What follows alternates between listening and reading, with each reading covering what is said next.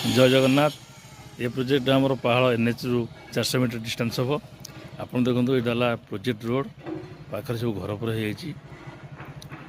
सब बड़े घर है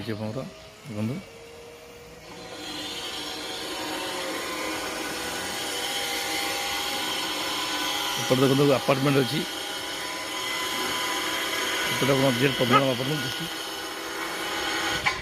ये एरिया 3400 स्क्वायर फुट गोटे प्लॉट अच्छी सिंगल प्लॉट अच्छी इमिडिएट रेजिस्ट्रेशन करेंगे।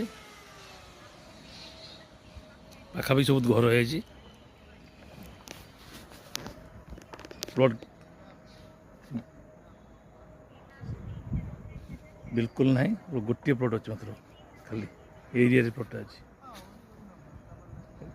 3400 स्क्वायर फुट एरिया प्लॉट आप चाहिए भी प्लॉट इमिडिएटली रेजिस्ट्रेशन कर घर को रहीपर देखते आपंकर कटक भुवनेश्वर रोड्र पहाड़ एनएच रु मात्र 400 मीटर हम देखते चारिपट घर है।